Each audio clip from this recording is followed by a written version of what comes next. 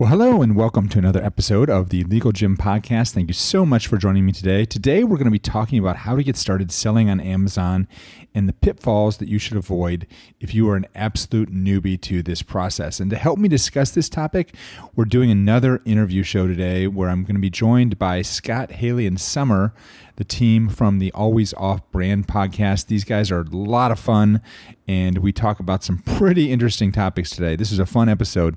It only went off the rails a couple of times, to be perfectly honest, but I think you're going to enjoy it. So we touch on the different ways to sell on Amazon. We talk about what numbers you need to be aware of before you start sourcing products, how trademarks and contracts come into play with the whole deal. Of course, we've got to talk about that, right? And what to look for if you're going to be starting working with an agency to help you set up your Amazon store. So for the show notes for today's episode, which will include all the links and resources for everything that we discussed today, make sure you head on over to hawthornelaw.net/offbrand. That's one word, hawthornelaw.net/offbrand without a space. All right, now let's go ahead and dive in. Yeah, so today we've got an extra special, awesome episode. I've got three of my favorite people, Scott Osman, Haley Brucker, and Summer Jubileer, and they are Amazon experts. They've built brands on Amazon. They know what they're doing. They work together. They've got an amazing podcast called the Always Off Brand Podcast, and I'm so excited to have them on the show today. You're going to learn so much from them about everything you need to know about building a brand, especially if you're selling on Amazon. It's going to be extra special helpful. I'm not going to say you're going to make $1 million by the end of this episode, but I might say that you could lose $1 million if you don't take their advice seriously. No, I'm just kidding. No legal disclaimers. This is not financial advice. Don't sue me if you lose a bunch of money, but that's all right. Anyway, you guys are here. You guys are great. I'm excited to have you here. I think this is going to be a really exciting, awesome show. And, yeah. So why don't you guys just go ahead and, I don't know, go in any order you want and introduce yourselves and tell us who we're talking to today and what you do. Sure. I'll kick it off. I'm Summer Jubileer. I have been in the e-commerce world for almost 15 years. I think when I first started, I didn't know that Amazon sold anything besides books. And I came to this agency and I had to sell REI and Petco and Nordstrom, these huge brands. And I had no idea what I was doing. So I just dove into the deep end and fell in love with this crazy world that is online and it's constantly changing. So I started on the agency side and then I moved over to the brand side. And right now I work for one of the top supplements companies in the world, managing their Amazon business. Wow. So you know a lot about Amazon. Okay. Well, let's see how Haley and Scott can do. Can they top that? All right. So I've been in and around the Amazon space for, oh my gosh, I guess 6 or 7 years now. So not as long as Summer. I was a stay-at-home mom, and my friend here, Scott Oshman,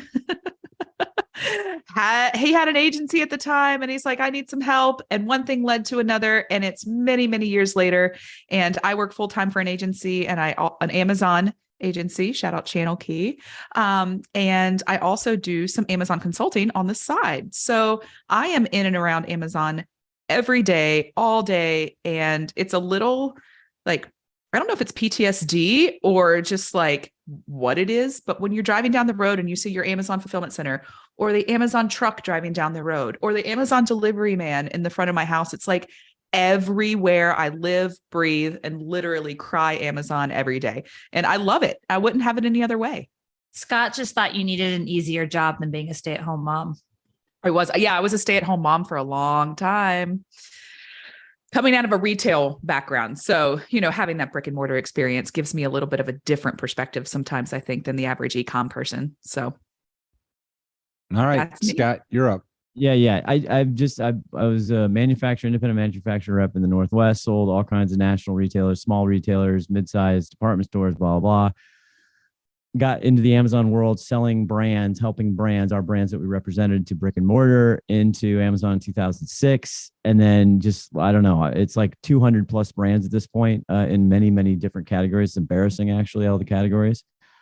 Then I had my own agency, did the whole Amazon thing, and now I work for Quickfire, which we're just small digital agency. We do Amazon. I do the Amazon stuff, and we do social media management and influencer and creative and Google paid search and that kind of stuff. We're a little boutique, but I'm just having fun. I've just been doing Amazon much longer. I'm older than these two lovely ladies. And I am part of there's an OG group in 2005, 2006 in Seattle that started doing this stuff and got sucked in. So that's me. I come from the retail side. I come from the manufacturing side. Really, I look at all of that. So I've just been doing it a long time. Was there part of this that was because you live in Seattle that Oh yeah. you got I mean, is it like Amazon is like all over the place there, so you had no choice? You know what the funniest phrase is? And Scott and I and Haley laugh about this all the time. Ex-Amazonian. Oh, yeah. Everything in Seattle started by an ex-Amazonian. I'm like, I just need to go to Amazon, work there for a year so I can put in my title ex-Amazonian, because for whatever reason, especially 10 years ago, that gave you major street cred. Everyone wanted to hire someone that had worked at Amazon because it was such a black box. No one knew what was going on behind the velvet rope. And if you could get somebody that worked at Amazon, then you would have insight into the inner workings of Amazon. Yeah, funny. Yeah, I used to be on the campus and meeting with people once a week, if not more. Sometimes we were down all the time. They were used to be in different buildings all over the place. Then when they built their big campus near Lake Union, if anybody's familiar with Seattle, but I was down there all the time, and you had relationships and you met with people, and then that just kind of slowly phased out. It's hard now to actually go meet somebody down there. But yeah, being in Seattle was definitely a big part of it. It's also hard to get a real human at Amazon. It's all bots now. Now you can't find a human. Yeah. Well, and now in Haley, they've moved they just built it was a distribution center in North Carolina, right? It's in we have several. Yeah. Okay. I think they built one right outside of Raleigh in Johnston County. They did. If I'm not mistaken. Yep. It's right off of I-40. You can't miss it as you drive by. But Jim, you've heard all the news. I mean, even in Portugal, I mean, they're going out of business. I mean, things are terrible, and they're probably going to shut their doors any day. Haven't you been reading about that? Come on. Have not seen that. I have not seen that. But the Amazon guy loves us here because we have to order from Amazon Spain, and I swear the guy shows up every single day because we can't find stuff in the stores. I mean, you have to go to the stores here, and my wife just is like, well, we're just going to go on Amazon. So we go on Amazon, but it's Amazon Spain. We're not sure we're ordering. It's always in Spanish. They're nice enough. They will translate it to Portuguese for us. So we don't have to read it in Spanish. You get it in Portuguese. It arrives and it's like, okay, kids, everybody just get the blindfolds on, close your eyes and just pray it's good. Stick your hand in the box. Feel exactly. Around. Well, there's no returns here either. Like you can't it's crazy. It's a different world. You wouldn't recognize it. And but anyway, yeah. No returns on Amazon Spain. Well, last time we tried to return something because we told them it never came. They said, well, we'll just credit your account. So they didn't even want us to mail it back. They're like, we'll just credit your account. So that's the only time we've really ever tried. We ordered a lot of books. You can see if you can understand the language. On the page, it'll say whether or not you're allowed to return it. They do that in America all the time too. I will give you that, Summer. There's a lot of things that we see on the page that say one thing, but in reality, it's not always as it seems here sometimes. So, but no, yeah, we ordered a lot of books because you can't get English books here. So we have to order books for us to read. And our kids don't like Kindle. So I know, blasphemy. No, there's something so satisfying about turning the pages of a physical book. I don't get the Kindle thing either. Yeah. Oh, I love the Kindle thing. That's the only way I can read. It's the only way I can read because my children take 45 minutes to fall asleep as I tuck them into bed. So I just sit there on my phone and read. Well, anyway, so you didn't come here to talk to me about Amazon Spain. Well, maybe you did. I don't know. But tell me about so somebody is deciding they want to get started selling on Amazon. What types of things do they need to know? Like where do you work? You probably work with bigger businesses, I'm guessing, that are maybe already have, well, let's start with that. Who do you work with and how would, I'll just go with that. Who do you work with? Like what types of people do you work with? I think that's important to know. Well, some have gone big time. Yeah, Summer works for the big guys. I have a mix of, my book of business right now is mixed. I have small brands doing $5,000 a month on Amazon. And then I have huge brands also that are doing $1 million a month on Amazon, which I guess in Summer's world, that's not huge. Okay. Let's, $1 million a month is fantastic, but it's a good Amazon business. If you're at $1 million a month. So, and I have anything from food and supplements to furniture and, asshole bleaching cream, everything. Whoa, hey now. Whoa. This is a kids podcast. Is it for real? We No. we can't cuss on this podcast? You can cuss. Okay. I'll put the right rating on for this one. He can bleep you. I can bleep you. It's okay. Don't worry about it. I have the bleep machine. Oh, now I feel bad. No, I'm joking. Okay. Because it's a funny product to talk about. It really is. Oh, I didn't even know that was such a thing. You weren't kidding. You weren't kidding. You're serious. Oh, no, it's a real product line. The funniest, most risque. It's fantastic. It's crazy. There's a men's stripperware brand. I mean, I have all kinds of walks of brands and lives. You guys have interesting jobs. Jim, if you think about it, people don't like to buy their sexual wellness products in person. It's uncomfortable, right? So one of the biggest categories, the most successful categories on Amazon is sexual wellness. Oh, wow. So you're buying your toys, you're buying your outfits, you're buying your supplements, whatever you need for sexual health on Amazon. And when I started at an agency, the first product we ever sold was a female pleasure toy. And we had 3 accounts. I refused to work on them because I hated the conversations I had to overhear myself, but we had 3 brands and they were our largest brands at the agency because it just brought in tons of money. Okay. So we're starting to narrow down your niche demographic here of who you're.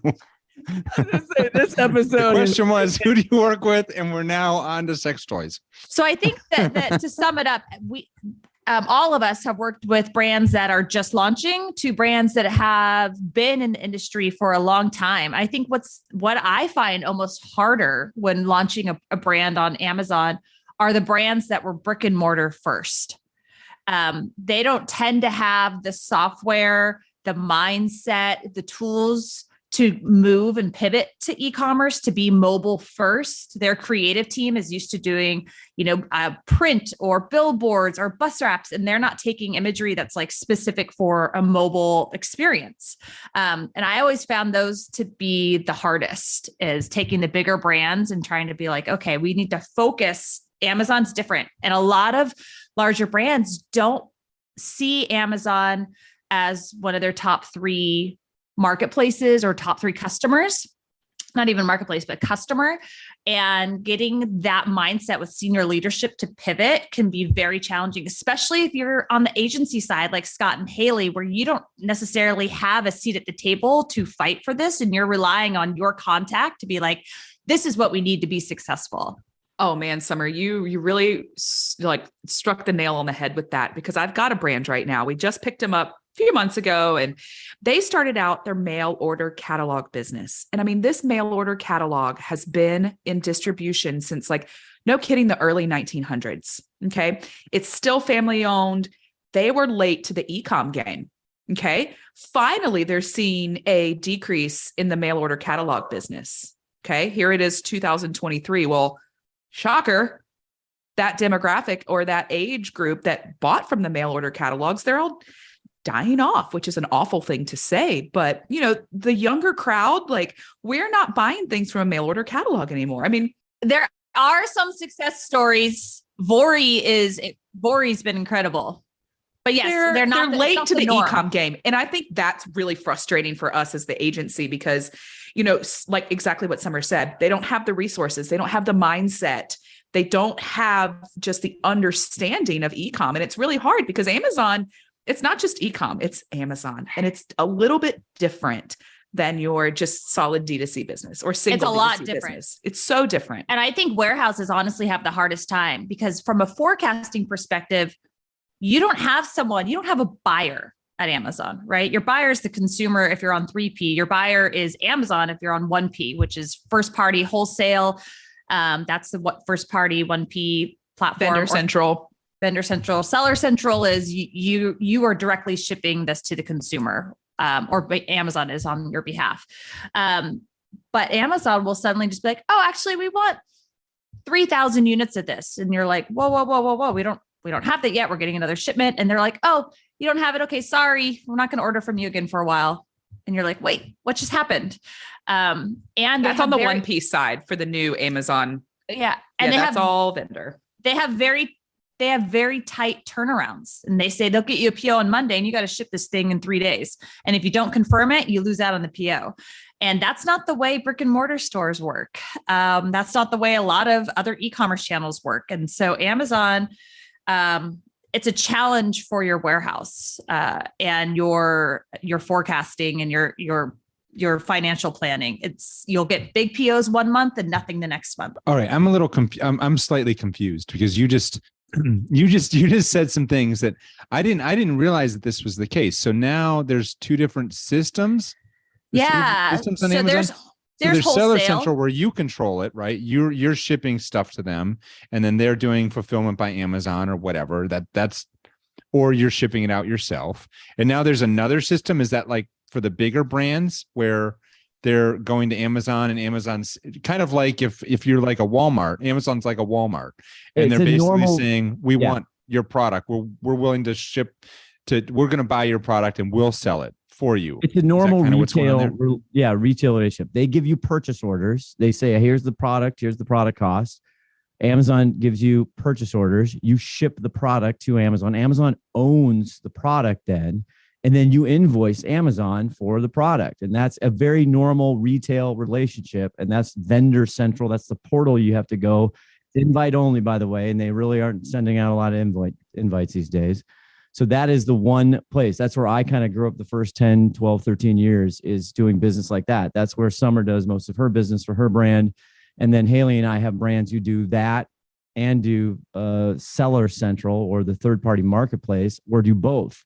So there's two ways to sell on Amazon or to Amazon. Okay, so there might be some people that are listening to this that are in the 1P, the Vendor Central, but I'm guessing a lot of people listening to this are probably on the Seller Central, where they're controlling what they're sending to Amazon and they're trying to build a business off that side of Amazon. So I think it's really cute to use the term that you're controlling. Yeah, that is. Oh, he has no idea. That's so sweet. Maybe you should enlighten me. I definitely don't have any idea. Well, shout out Martin Hubel. He posted something on, our friend Martin Hubel is a 1P, the wholesale side of Amazon consultant and a great friend of ours here at the AOB. He posted something interesting on LinkedIn. He said, well, 56% of Amazon's seller accounts, I'm going to use that as a general term, don't come after me, are all third party. So they're all running off of that Seller Central. And, that's kind of a big percentage now. We're seeing a lot of that transition, and Amazon does want the big dogs. They want the category leaders at 1P now. Okay. Cause it's the wholesale model. That's where Amazon makes the most money off of those category leaders. Okay. So everybody else is over in FBA for the most part. Or FBM, depends on your strategy. That's fulfilled by merchant. Again, we're people don't know this. Yeah. So category leaders is what 1P is about, really. But the bottom line, just to send this, it's like a cliche city.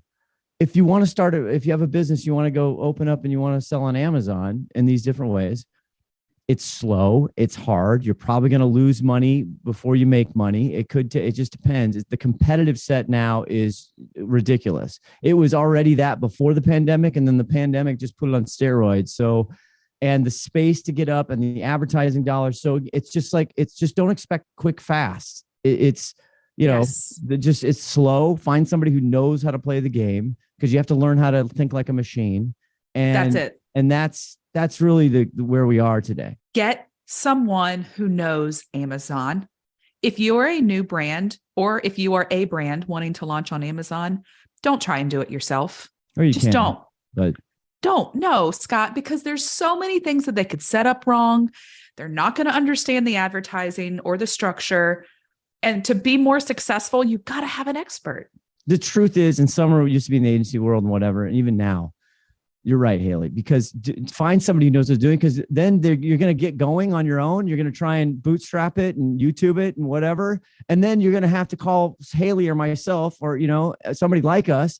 We're gonna have to go fix it. This is like a house being built like with all wrong wiring. No outlets work, lights don't work, plumbing doesn't work, and then you call us because it's a nightmare.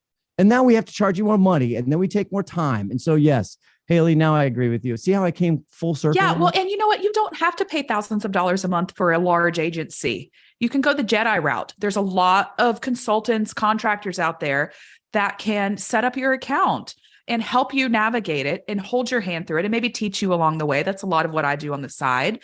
And I'll tell you, I've got a brand right now who's really struggling with their trademark issues, Jim. And what happened is they tried to set up Amazon by themselves. Okay. They tried to set it up by themselves. They had no freaking clue what they were doing. Yes, they have trademarks, but they also have trademarks in the UK.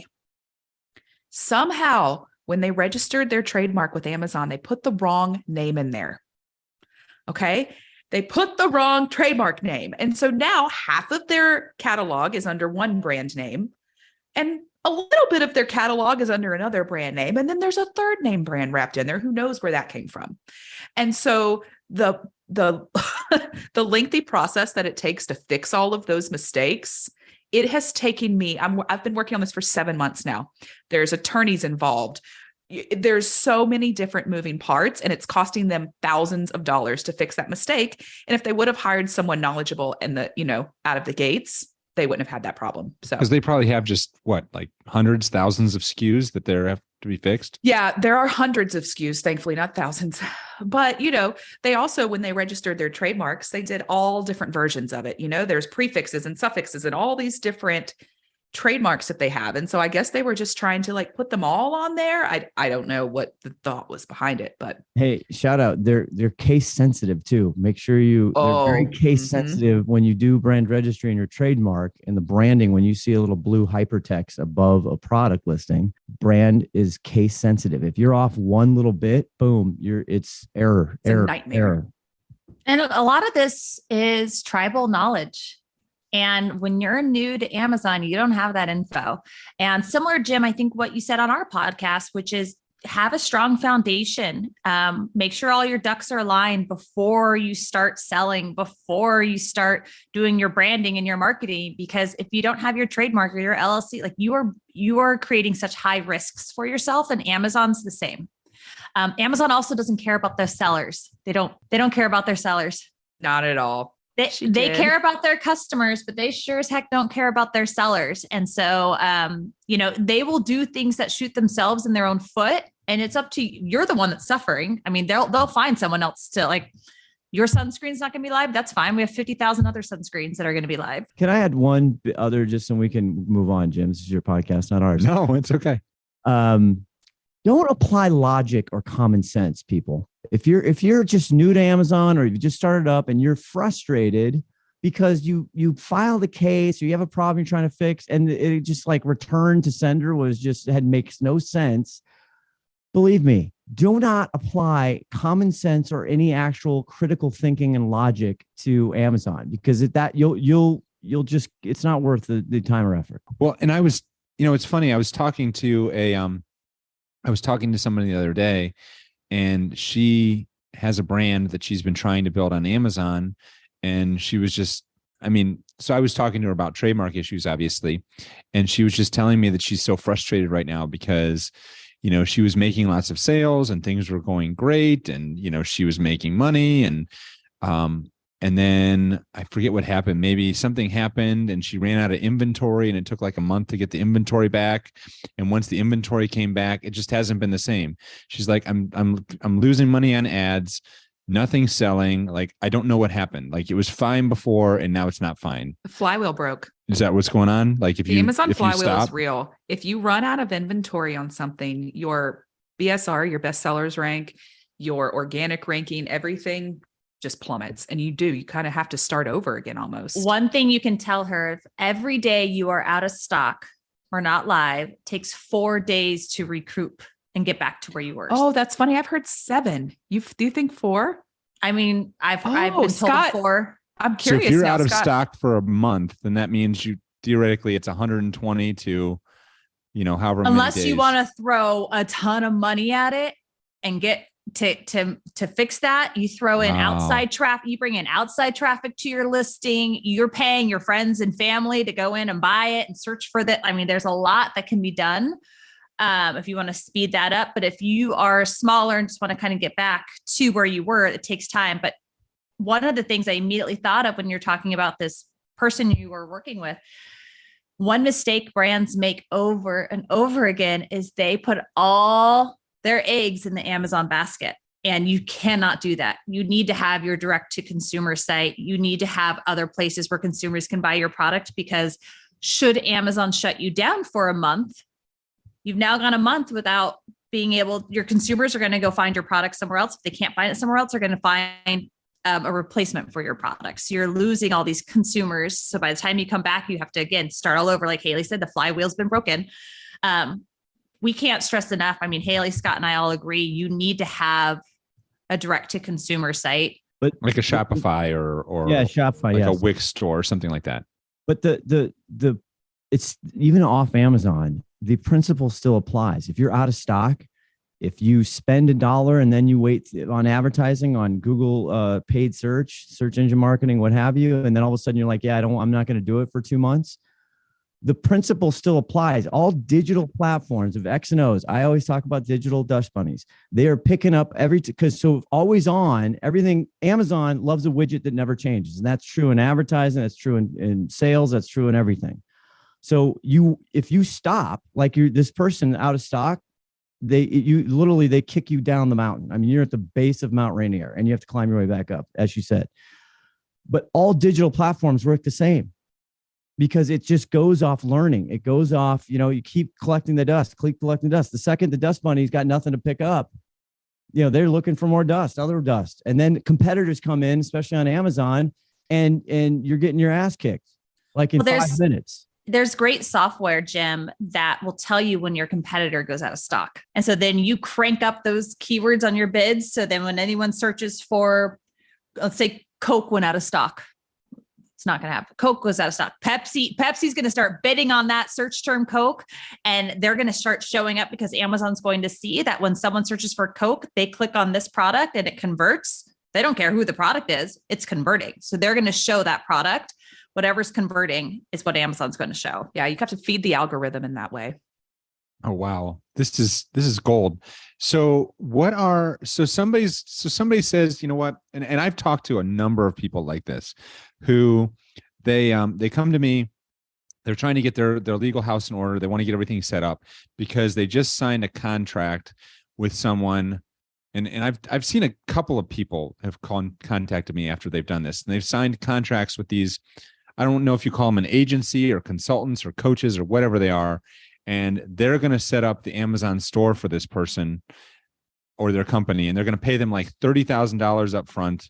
And then they're going to pay them like a consulting fee every month or a percentage of the profit or whatever. I mean, do you see that type of stuff a lot? Are those good deals, bad deals? I mean, is that the way to do it? I would love to see that sort of setup fee up front, but that's not realistic. Okay. I've seen that. Deal. I've seen that. That's a bad deal. That is a real bad deal. $30,000 to set your Amazon store up. How many SKUs are involved?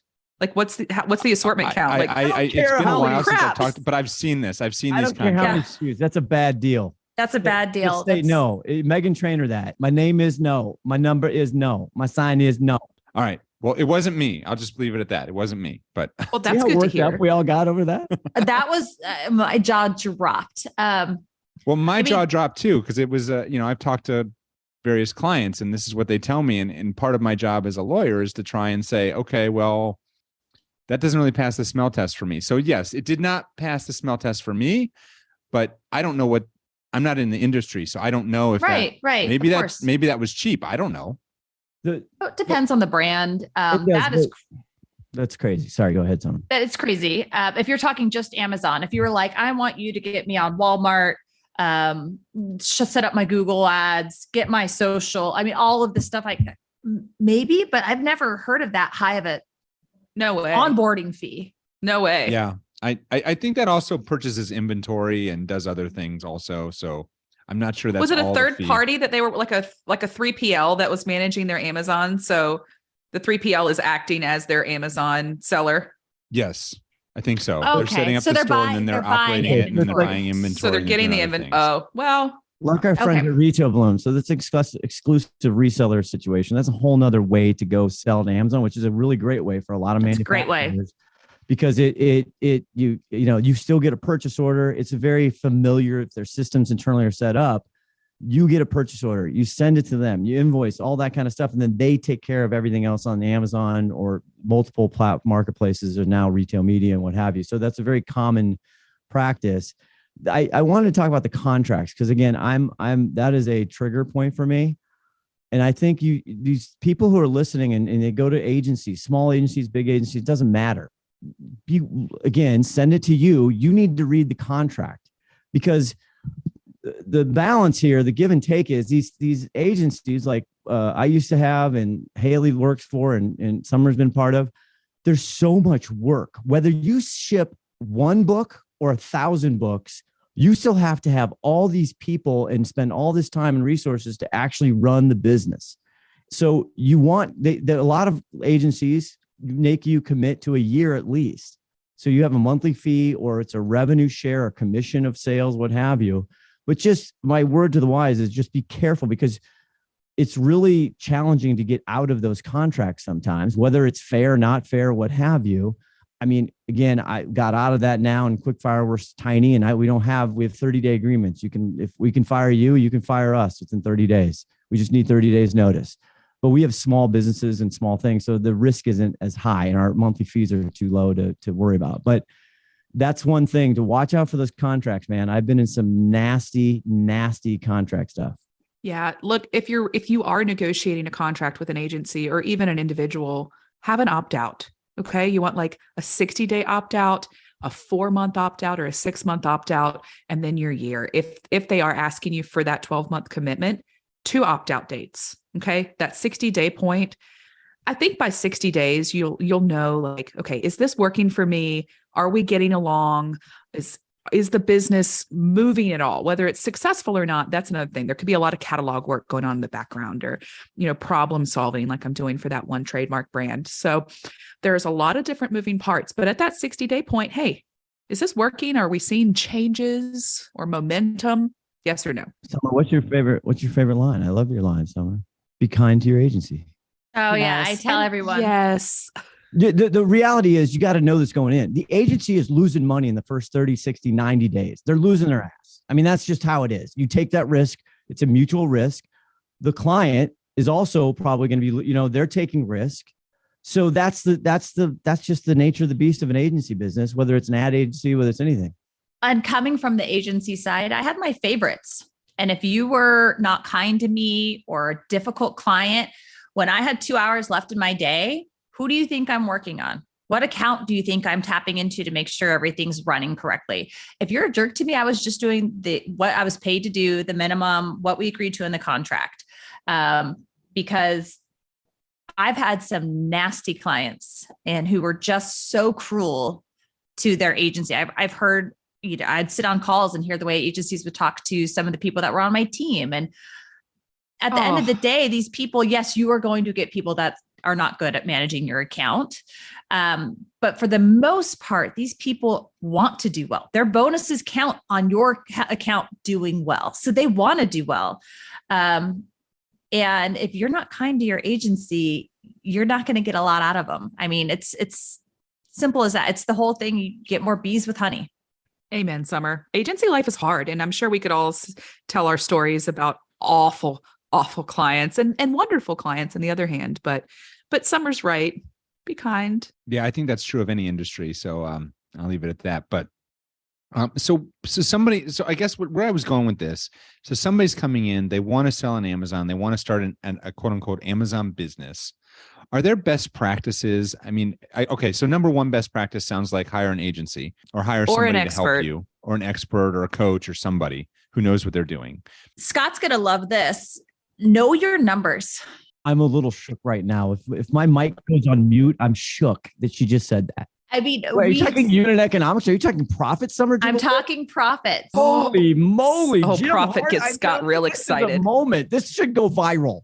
one of the best advice that I think we heard recently was from an agency that focused on getting brands from brick and mortar to e-com. And they said they won't work with a brand who doesn't have a margin above 65% because they're just not going to make a profit. 65% before you're talking about Amazon fees, because Amazon's going to take like a third, right? Something like that. Probably more than that now. Over 50. Oh, So wow. that's gone up. It's 60, 50. This is a landed cost. So wherever your product is manufactured, when it lands, and actually I'll even expand upon that, to get it out of where it is. If it's your storage unit or garage, whatever it is, what is your expense to do that? And then the retail, you should have a 60, 65 plus, a lot of people 70, 80%, honestly, is where you want to try and be, because otherwise it's going to be a tough road. When you start adding in all the fees, the Amazon charges and fulfillment and all that stuff. And your agency fee, and then you still have to have someone internally managing it. Your shipments, and then there's a marketing Amazon budget. That's Summer's favorite portion. Everything's a marketing budget, but you have to have a marketing budget. So if you're working with tiny, teeny margins in the beginning, what are you going to use to pay for your marketing? Unless you have like some sort of plan to lose money at the beginning and make it back on the. And there should later on. be. Yeah. If you're new to Amazon, there's always going to be cost of acquisition cost is skyrocket, so high. So, okay. So that's a good one. So make sure you know your numbers, know that whatever it is that you're going to sell is going to have a decent profit margin for you. So that's number one. So what are some other tips that people could be thinking about if they're thinking about moving into a business like this? I would say think about your distribution strategy. Yeah. Now in this scenario, Jim, let's put parameters because we go all over the place. Does this person not sell to a retail store? Do they have their own website? Do they have any other sales channels that they go to market with? So I would say the parameters here are, this is somebody who is probably working like a 9-to-5 job, and they're very interested in, kind of going into business for themselves, and they want to start. Maybe they've got some startup capital and they want to build a business, and they've heard about, they like Amazon, they like the business model, they think that might be something good to do on. Maybe they've got some passion about the product they want to sell, and so they they're starting that business kind of from scratch, and they want to look at Amazon as one of their distribution channels. I won't say it would be the only distribution channel. I always tell people they should look at other places, like having their own website as well. Because you can do a Shopify store and have it fulfilled by Amazon if you wanted to. So there's ways to do that. Is it you, Jim? Are we talking to you, Jim? Is there something we need to talk about? No, you're not talking to me. Sell the Jim Hart. I have enough legal clients and a coaching program. Coffee I don't cups. need to. Where's my Jim Hart coffee cup? So my uncle wants to do this. All right. He just started making his own candles, and he's like got picked up in a few stores, and he's like, I don't think I'm big enough for Amazon. And I said, Jim, you are, but you need to ship it. Jim? It's Jim Jubileer. Okay, I thought you were talking to me again. I'm like, what? No, his name's Jim Jubileer, Uncle Jim. And I said, you are not set up yet to do FBA, fulfillment by Amazon, which means you have to label and have the right packaging and have your case packs and UPCs and G10s, all this stuff that he doesn't quite have yet, but he doesn't have a trademark. So I did tell him to talk to you. And I said, you need to start off with FBM, fulfillment by merchant, and you're going to ship this yourself because the sales are going to come in slowly. So get it up there, get a feel for it. Look at he needs better imagery. His creative, his shots of his product are not there. They doesn't look polished. And I said, oh, here's some things we're going to do. So that's kind of, if you're talking about someone that's making stuff in the garage, I think that is a great place to start, which is fulfilling it yourself. Start off slow, see how it does. And then as it grows, you then need to get your foundation in place. You need to get your case packs, your G10s, your UPCs. Haley was very, she kind of touched about distributors. That's going usually into a little bit larger of a brand. But for my Uncle Jim, I'd say, don't allow the stores to sell your product on Amazon. Make sure you have a clause. Where's Uncle Jim going to get his UPC codes? I told him to figure that out. I forget. GS from your monopoly. Your monopoly. Yes. Seriously, this is the sleepiest monopoly antitrust case in the United States of America. It's GS1. You have to have a GS1 registered UPC. It is expensive. And I would research that and put that in your cost. You don't have to buy a lot of them, but you'll be shocked at how expensive it is. It's like $200 a UPC. I know, but if I'm That's Uncle a Jim lot for someone. if my garage, I'm making a candle. When I did this like 7 years ago, I did sell some stuff on Amazon. I definitely didn't spend $200 a UPC. Maybe like yeah, but I wanted to throw that 10 UPCs. I don't know. I wanted to throw that number out there because what you hear a ton is, oh, that's so expensive. When I was building my house, they told me, oh, it's too expensive. It's too much for your budget. And I'm like, well, no one told me what it actually was, what the expense was. So I love to throw out numbers because some people might say $200. I have 3 SKUs. I just need 3 UPCs. It's not a lot. Just depends on your brand. So that's what it's costing today. You don't have to have it, Uncle Jim. You don't have to have it, but it's one of those things you're going to be sorry and there's going to be regrets. For those watch that movie.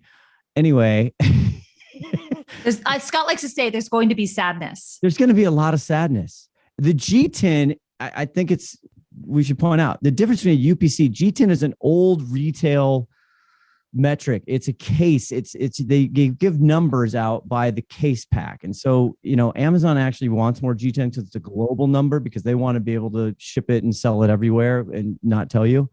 But I'm a UPC person because the UPC is it runs everything on UPC to the Amazon unique identifier, which they call an ASIN. And when it comes your to reviews, protecting, sorry, Summer, but your reviews are tied to your UPC too. Yeah. And it also helps you protect your brand if you have a trademark, because that trademark is tied to the UPC. So if for some reason someone starts knocking off your product or illegally selling it, that's kind of a tracker that you can say, well, you don't have the right to sell my UPC. And, back to what Summer said, the resellers, and that's kind of what I meant with my distribution strategy. But now that I understand it's like a basement started Amazon business, I'll rethink that comment for now. But if you are, for some reason, going to start selling to other places, make sure on your website, you've got some kind of clause in there that says you are not allowed to sell on Amazon or other e-com. There's a lot of verbiage in there that Jim Hart here, our lawyer friend, because I'm sure you write mean up like for you. So if you're selling your stuff on Shopify and somebody buys it maybe on discount and then they want to go throw it back up on Amazon, you're telling them you can't. I think that's right. Smart. And there's always that first right of sale, but a lot of people don't know that. And I'm not sure how enforceable that is in a court of law. Or, it's pretty enforceable. It is. Okay. Well, I'm so. not an attorney. I don't know what you're talking about. This is a contract. There's big law passed. It means the retailer can sell your product for whatever they want. That's basically what it means. They can do whatever they want. They can sell it for, if they want to sell it, if they bought it from you for $10 and they want to sell it for $5, they can. You have minimum advertised price and we have reseller policies, but it's on the onus of the manufacturer then to just not ship or not sell or supply that retailer. But you cannot force a retailer if they have product and you've already sold them the goods you can't tell them not to sell it for whatever they want to sell it. Yeah. So have that blurb on your D2C site. Also have it in your wholesale agreements with your other, retail partners. Like, cannot sell this on Amazon because on Amazon, let's make it super simple here. We call it the buy box, and the buy box is that square rectangle on the Amazon page that you can click buy now or add to cart. Okay. If your product has the lowest price, it's going to be in that buy box. If your product has inventory and has the lowest price, it's going to be in there. So say I'm selling this can of ocean spray on Amazon and Summer is also selling this can of ocean spray, or maybe we should use candles as the example here, but we're selling the same product. Okay. But Summer's price is $1 less than mine. She's going to win that buy box and she's going to win the sale. So that's where the distribution strategy comes into mind, because when you're enforcing with Amazon, when you're enforcing the resellers, which is very difficult to do, like if Summer's not allowed to sell my ocean spray can, but she went to Walmart and bought 2 pallets on clearance and is now selling them on Amazon, she technically can do that. Okay. But it's going to kill my sales. So that's why we want to have that verbiage in there. But, a Walmart receipt would count as proof of purchase or an invoice to make it a legitimate product to sell on Amazon. So there's a lot of lawyer talk in there. I'm sure you could make it sound a lot better than I just did, but that's just an example of why you want to control your distribution. And mind you, you might think that you have such tight margins, when you're selling it to these other brands these other resellers. We see resellers lose money hand over fist when they sell on Amazon. We know, because we know what their FBA fees are. We know what they're having to pay Amazon. We're like, and you're selling this for $10, like you're paying Amazon $2 every time you get a sale, but they're selling so much stuff that they're not even aware sometimes that they're losing money. So don't, as Scott said, don't apply logic and reason. Yeah, so as we come up on the top of the hour, I think one thing that has become abundant and clear to me throughout our conversation today, and that is, if you are going onto Amazon, if you want to build a business on Amazon, it's a lot harder than you might think it is. Number one. Number two, whatever you think it's going to cost you, it's going to cost you a whole lot more. I mean, just the thing that Summer said about the G10s or the UPCs or whatever costing $200. I didn't know that. I didn't realize that it costs $200 to get a UPC code. Again, I don't know if that's high or low, but that's what it is. And so if you have 10 units, that's $2,000 in UPC fees. I presume you'd have to purchase. And so there's just fees like that are going to come up. I mean, you need to obviously get your trademark. That's going to be a fee. You need to, maybe hire an agency or an expert or somebody that's going to help you. That's going to be a fee. You need to invest in inventory. That's going to be a huge fee. And then marketing costs money. Marketing costs. And you need to know that your product is going to sell at a price point that you're going to be able to make a profit. Maybe not right away, but at least at some point you need to have a path to where you're going to be at profitability at some point. And so it's a lot. Wow. I'm glad I'm not selling on Amazon. The reason we all have jobs is because it's very complex. It's actually not that easy. Now, the other thing I want to caution, first of all, you can go find UPCs somewhere else. There's a ton of people who will sell UPCs. The challenge is Amazon requires these GS1s. Major retailers, most retailers, if you end up in the future doing business with, require a GS1 UPC. So you can go find cheaper UPCs, Uncle Jim, but it's going to come out and cost you more later.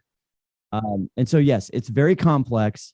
The reason we have jobs is because it's really hard, and it's a maintenance crew. Every single day, it breaks. You have to have somebody there who knows how to fix it nonstop. And the competitive set is crazy. And my other just shout out to anybody, what's troubling us is the people who do this every day for a living. Don't be gullible to TikTok, hashtag Amazon. You see these people just like, I went into Joe Schmo's store and I bought it for 10. I looked at my app seller and I could sell it for 13, and I would put it on Amazon and I make $1 million. There's all these people who say it's easy and I can make $1 million. Guess what? It's not. If you want to launch, I just had this conversation with a current client who has a new product. What can we do? What can you do? You get reviews. You play the game. You're patient. It's going to take time, and you do the little things. There's no magic bullet. There's no big splash you could make that's just going to poof. All of a sudden, I have this incredible Amazon business. Yeah. And you might do all of the right things and it still doesn't work. And that's okay. Like, not everything's going to be successful on Amazon. So like Scott said, the TikTokers and these YouTubers, get rich quick, sell on Amazon. They're full of shit because they don't know what they're doing. And you see the YouTube ads all the time for these people too. I see that a lot. I sold $1 million in Amazon this year. I got rich. Okay, well, how much did you have to pay in fees? What was your bottom line there? Okay, maybe you sold $1 million, but maybe you kept 50,000. Maybe. Maybe. Yeah. So yeah, that's crazy. So this has been a great conversation. I appreciate all of you so much. You guys are a ton of fun. I thought we were going to go off the rails here at the beginning, but I think we brought it back a little bit.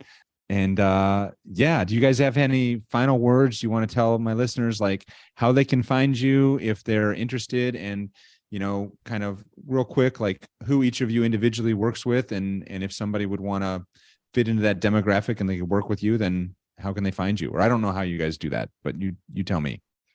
You're kind of a package deal to me, so I don't really. We I are. didn't really Just understand listen your work. to, just again, after you listen to Jim Hart every episode and you watch his YouTube videos and you read his newsletter, like me, because I'm a fanboy, then you want to search Always Off Brand. It is e-commerce simplified. We cover all of this stuff. And you know what? It actually has personality. We play a game show. We have a lot of fun. Go listen to Jim Hart on a recent episode. We had a lot of fun. He did okay on the keyword game.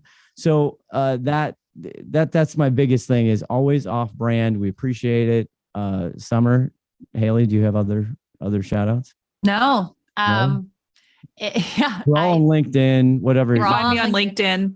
Just my name, Haley Brucker. Yep. And I'll include in the show notes for today's episode, I'll include contact information for all three of you. So if you have questions and you want to reach out to them, feel free. If you're thinking about doing this and you might need to work with an agency, and evidently if you're a really big player, then you would talk to Summer. It sounds like if you are still on the smaller end, maybe Scott and Haley. To correct me if I'm wrong. I don't want to. Summer works on the brand side. Yeah, I've got a full-time job that I'm on the brand side. So I would recommend you listen to Always Off Brand. But if you have a question, you want us to cover it on the show, we're always looking for, topics that people want covered. We're looking at doing one about troubling and difficult logistics. So we might have that one coming up soon. We might actually, sometimes I talk to people like this, Jim, and I actually talk them out of getting an agency because they might not be ready, or it might not be right, or it's not a great use of their money and time. So happy to talk, happy to share anything with anybody. The full-time agency I work for is Channel Key. If you Great have agency. any agency questions, feel free to reach out, channelkey.com, and we can walk you through it. We can walk you through the process and decide if it's a good fit for you or not. Well, you guys are great. I'm going to put all this in the show notes. And thank you so much, guys. I really appreciate having you here tonight. Thanks for having us. Thanks This for morning Fun. for you. All right. Thanks for the invite. If you are interested in learning more about how to legally claim the rights to your brand, then you're going to want to schedule a free branding strategy call with me. That's right. For a limited time, I'm offering a free strategy call to talk with me about the branding for your online business and how to make sure it is legally protected. So if you'd like to learn more, head on over to hawthornelaw.net/TM-video. Once again, that's hawthornelaw.net/TM-video. On that landing page, we have lots of great information about the process of protecting your brand so that you don't have to worry about getting a cease and desist letter or being forced to rebrand your business at a great expense. Once again, that website is hawthornelaw.net/TM-video, and I look forward to talking with you soon. All right, all you Legal Gym listeners, now that you know more about how to start a brand on Amazon, you are ready to implement. Because if there's one thing we love to do over here at the Legal Gym, it's to take massive action. So if you haven't already, make sure to check out the show notes page for today's episode. You can get a rundown of all the links and resources we talked about here today by visiting hawthornelaw.net/off-brand. Once again, that's hawthornelaw.net/off-brand. That's going to be the home base for all of your legal and business tools and resources to help you start, build, and of course, legally protect your very own online business. Thank you so much for listening today, and I look forward to seeing you in the next episode.